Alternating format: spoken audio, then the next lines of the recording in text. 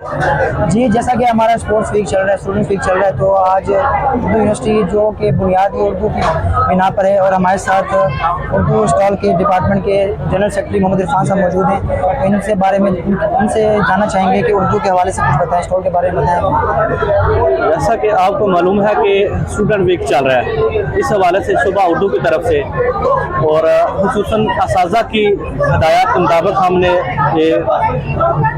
ادارہ فروغ قومی زبان اور نیشنل بک فاؤنڈیشن کے تعاون سے ہم نے یہ اسٹال جو ہے نا یہ منعقد کیا ہے، انعقاد ہو رہا ہے اس کا، اور اس میں بہت ساری کتابیں اردو ادب کے حوالے سے، شاعری کے حوالے سے کتابیں ہیں، اور خصوصاً جو ہے آج کے زمانے میں، آج کے جو موجودہ دور ہے، سوشل میڈیا کا دور ہے، اس میں تحقیق کی ضرورت ہے کہ ہم بغیر تحقیق کیے، بغیر سوچے سمجھے، بغیر پوچھے انفارمیشن کو جیسے کہیں سے کوئی میسج ہے وہ ہم فارورڈ کر دیتے ہیں۔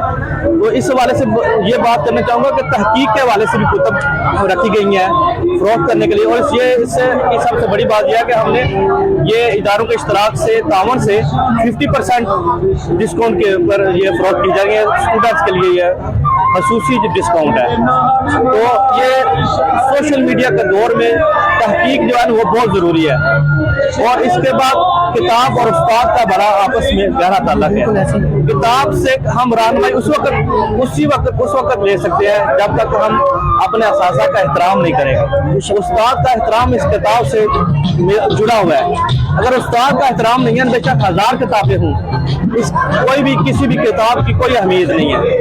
سب سے بڑھ کر استاد کی اہمیت ہے۔ استاد ہی جو رہنما ہے وہ ہمیں کتاب سے ایک ایک چیز، ایک ایک نچوڑ جو ہوتا ہے وہ ہمیں کتاب سے نکالنا سکھاتے ہیں۔ جیسے شاید کی مکھی کئی طرح سے دیہات سے ہوتے ہوئے، باغ بغیچوں سے ہوتے ہوئے، کئی طرح کا دودھ سے رس لے کر ایک ایک دودھ کو اکٹھا کر کے کتنا ایک نایاب چیز ہمیں فراہم کرتا ہے۔ اسی والے سے استاد جو ہے نا، استاد قوم کا معمار ہے۔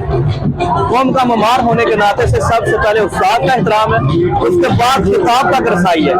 کتاب سے ہم تب ہی کچھ سیکھ سکتے ہیں جب ہم استاد کا ادب احترام کریں گے، اور کامیابی کی جو پہلی سیڑھی ہے وہ استاد کا احترام ہے۔